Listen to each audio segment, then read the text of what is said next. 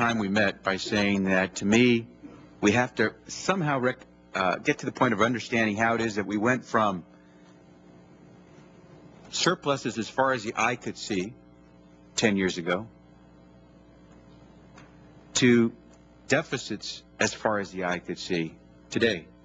Something happened, dramatically happened, in these 10 years that caused us to go from an economy that was just churning to an economy that's in the hospital. Some of it we know is cyclical. It's a part of the structural process we go through in our economy.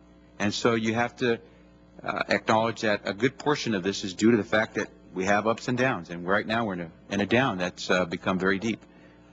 But part of it's because, as I think you say in the beginning of your report, and if I can just quote it, since the last time our budget was balanced in 2001, and I'm reading from page 10, the looming fiscal crisis, the second paragraph, since the last time our budget was balanced in 2001, the federal debt has increased dramatically, rising from 33% of GDP to 62% of GDP in 2010. The escalation was driven in large part by two wars, which, by the way, I always emphasize were never paid for.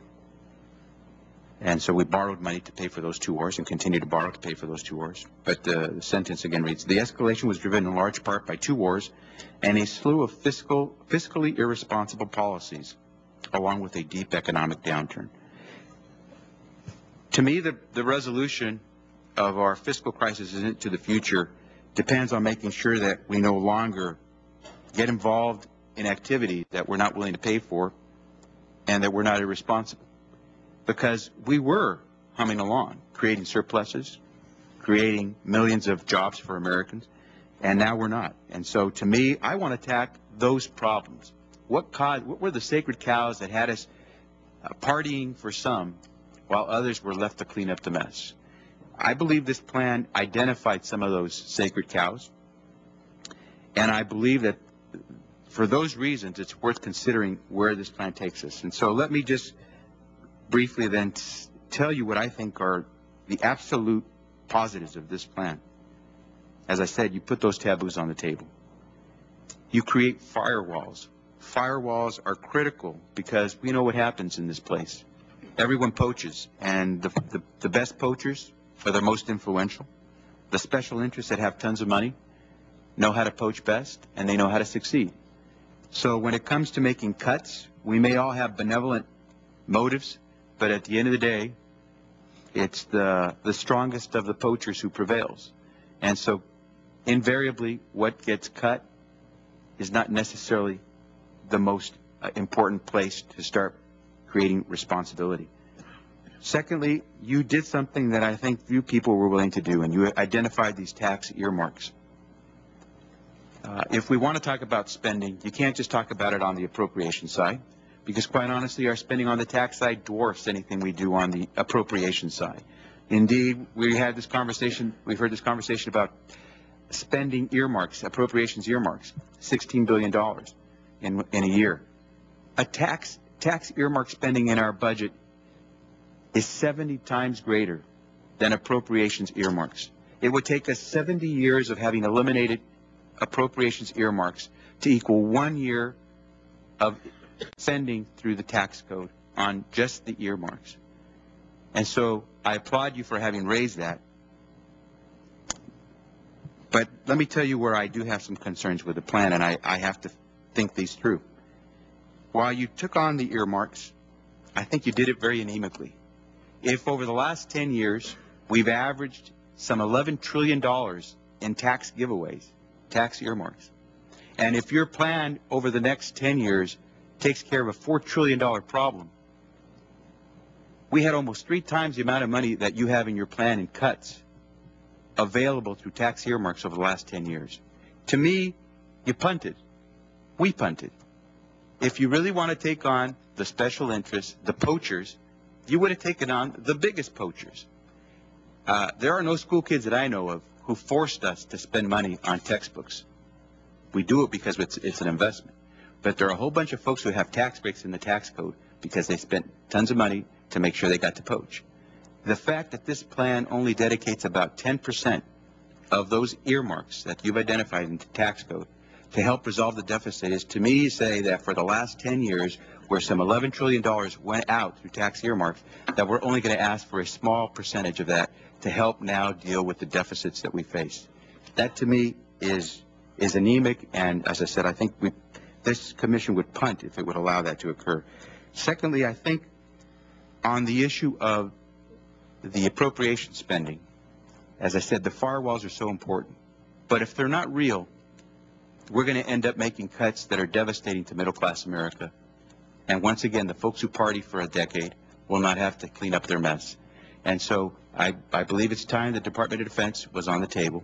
Maybe perhaps for the first time we're going to ask the Department of Defense to be audited and be able to account for itself as a result of an audit so we can figure out where the waste and the fraud is.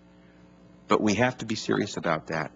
And finally, I will say that given the serious way that the chairs address this problem, that I want to make sure I give a serious response to your efforts on Social Security.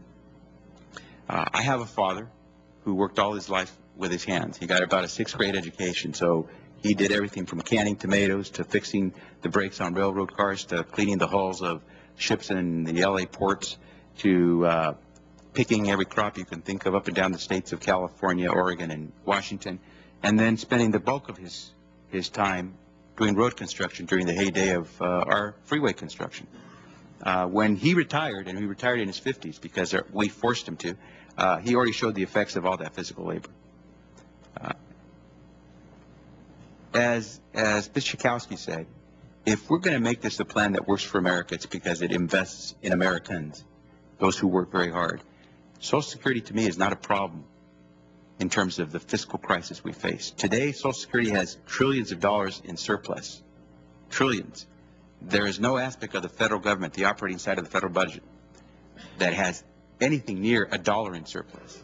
And so to say we must take on Social Security, I think is should be a dead herring. It doesn't really work here. Absolutely, we have to deal with the long-term solvency. But I guarantee you, if we could talk about the federal government's operating budget being something we have to resolve because in 30 years the federal government is going to have a deficit, we wouldn't be sitting here. Social Security is in surplus, and it won't have a problem for at least 25 to 30 years. We have to resolve it so it doesn't become a big problem in 25 or 30 years. But to say you have to do it now is, I think, is to market disservice to someone like my father, who worked very hard and paid in all this time to Social Security. So we'll look very closely at anything that's done on Social Security. But I'm not interested in cutting the benefits of a man who never made more than about $22,000 a year working with his hands, simply because we have to take care of the fiscal mess that was caused by a lot of poachers in this economy. And so I don't know if anyone could have done a better job than Erskine and Allen in keeping us at this table. As you can see, I have some concerns. But I don't want to leave the table, because I started off that very first day saying everything must be on the table. And I know one thing, Allen and Erskine, you left everything on the table. And for that, I'm going to stay at the table. We'll see what happens on Friday, but I intend to stay at the table because you did me the valuable service of letting my father know that you left everything on the table. Thank you, Javier. You and I worked on immigration stuff together, and you always kept your word with me. And you